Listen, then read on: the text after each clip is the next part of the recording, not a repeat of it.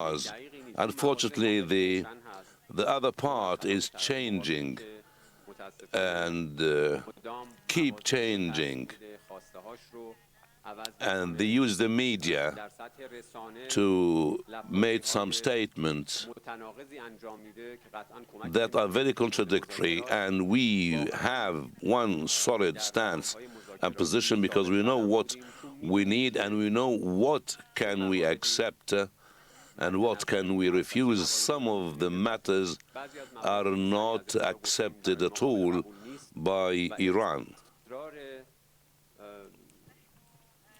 We have adopted certain positions that are very logical and very wise, and so many other things made or said by the media are just suggestions, and they are not real matters.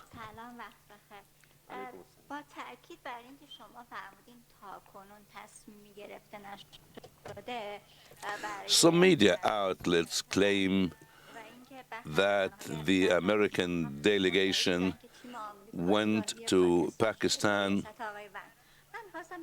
and عوض میکنه در سطح رسانه لفاظی‌های متناقضی انجام میده که قطعاً کمکی نمیکنه به پیشبرد مذاکرات. واقعاً در روندهای مذاکراتی ثابت قدم بودیم، چون میدونیم که چه مواردی مد نظرمون هست و چه مواردی رو نمیتونیم بپذیریم. بعضی از موارد خیلی سریع از ابتدا گفتیم برای ما قابل قبول نیست و اصرار زیاد بر روی اونها قرار نیست که تغییری در مواضع ما ایجاد بکنه. فکر میکنم مواضع بسیار معقول و منصفانه است. خیلی از مواردی که در رسانه ها گفته شده در مورد جزئیات موضوع، خب خودتون هم میتونید حدس بزنید، گمان زنی است، قابل تایید نیست. سیاست روسی. سلام، وقت بخیر.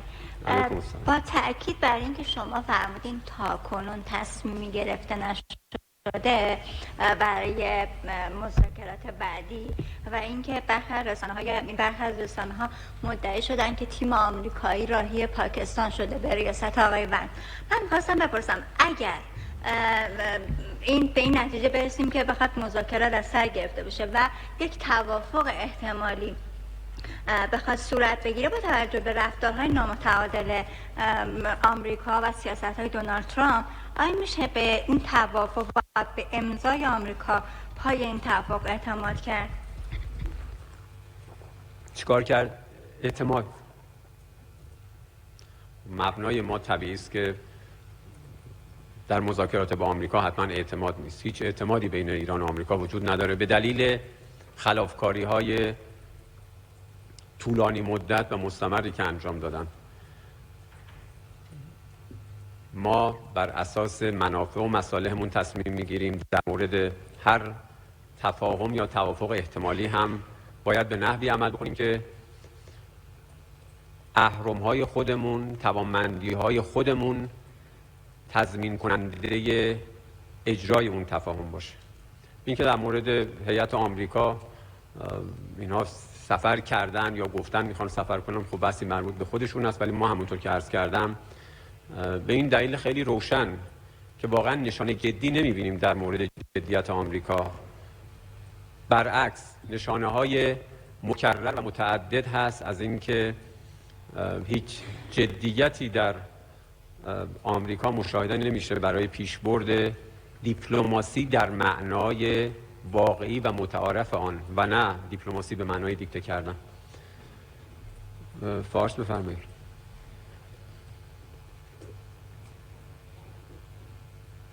جناب آقای اگه لطف کنید، حالا من سوالم هم بودم پرسیده شد در خصوص هم پیشنهادی که آمریکا مطرح کرده، آیا بررسی های ایران تموم شده و پاسخ به طرف پاکستانی اعلام شده یا اینکه خیر؟ در خصوص نقض آتش بس توی لبنان هم اگه لطف کنید بفرمایید. خب این جزء یکی از یعنی شاهد بودیم این چند روز نقض آتش بس از سوی رژیم صهیونیستی صورت گرفت. این عملا در واقع به نوعی در واقع خلاف اون مفادی هست که بین ایران و آمریکا مورد توافق قرار گرفت. در این خصوص هم نظرتون بفرمایید. متشکرم. دو سوال شد، کوتاه جواب میدم. سوال اولتون ادامه دارد. بخش دوم سوالتون بله، این هم یکی از نمونه‌های دیگری است که واقعا همه شاهدش هستند. طرف مقابل اینا همش گواه این هست که آمریکا ظاهراً در روند دیپلماتیک جدیتی نداره. پرس تیوی. Good morning, Mr. Speaker. Some Western media outlets have claimed that you mocked the request of Kaja Kallas, the EU foreign policy chief, to respect international law and reopen the Strait of Hormuz. Is that true? برخی رسانه‌های غربی ادعا کردند که شما درخواست خانم کایا کالاس، مسئول سیاست خارجی اتحادیه اروپا، برای احترام به حقوق بین الملل و بازگشایی تنگه هرمز را مسخره کرده اید. آیا چنین چیزی صحت دارد؟ ممنونم. ادبیات ما ادبیات مسخره کردن نیست. ادبیات ما خیلی جدی و مستدل هست.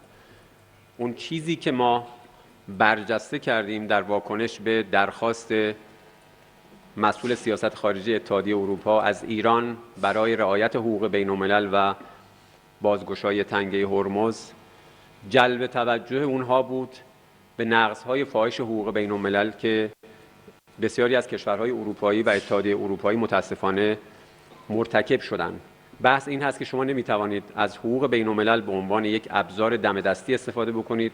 هر جا که منافعتون اقتضا کرد کشورهای دیگر رو متهم به نقض حقوق بین الملل بکنید و هر جا که منافعتون اقتضا کرد به راحتی یا نادیده بگیرید نقض حقوق بین الملل رو یا خودتون هم همدست بشید در نقض حقوق بین الملل. در مورد اتحادیه اروپا واقعا این 2-3 سال عملکردشون روشن هست. موضعشون در قبال نسل کشی هولناک در غزه چه بود؟ موضعشون در قبال حمله آمریکا و رژیم صهیونیستی به ایران چه بود؟ در قبال جنایات جنگی که آمریکا و رژیم صهیونیستی در ایران مرتکب شدند، جنایاتی که در لبنان دارن مرتکب میشن، اینها چیست؟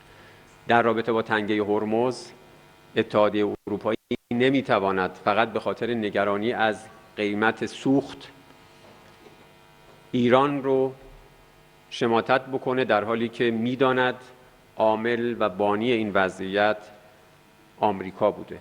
بنابراین درخواست ما از اتحادیه اروپایی این هست که بر اساس واقعیت‌ها نظر بده، موضع بگیره و نه صرفاً در راستای خوشنودسازی آمریکا.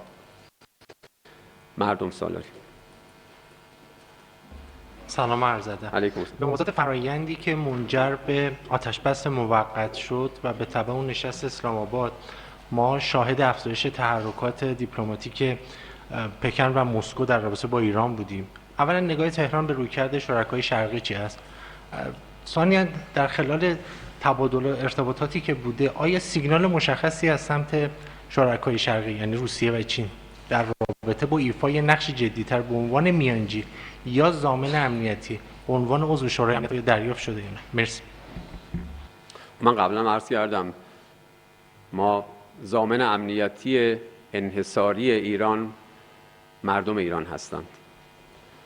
این یک. دو، در اینکه همه کشورها مسئولیت دارند در قبال تعهداتشون وفق منشور سازمان ملل متحد و حقوق بین الملل تردید نیست. مسئولیت کشورهای عضو دائم شورای امنیت بیشتر هست.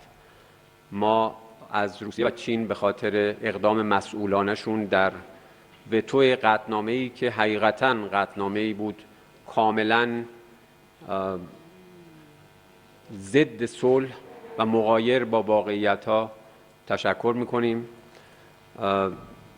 در تماس مستمر هستیم هم با چین و هم با روسیه و فکر می‌کنیم که نهایتاً به نفع کل جامعه بین‌المللی است که آمریکا و رژیم صهیونیستی رو به خاطر قانون شکنی بسیار پرتبعاتی که در منطقه ما انجام دادند پاسخگو بکنن. این پاسخگویی هم در چارچوب سازمان ملل متحد و شورای امنیت میتونه صورت بگیره و هم در سایر چارچوب‌های منطقه‌ای مثل بریکس و شانگهای که هم روسیه و هم چین نقش بسیار مهمی میتونن داشته باشن.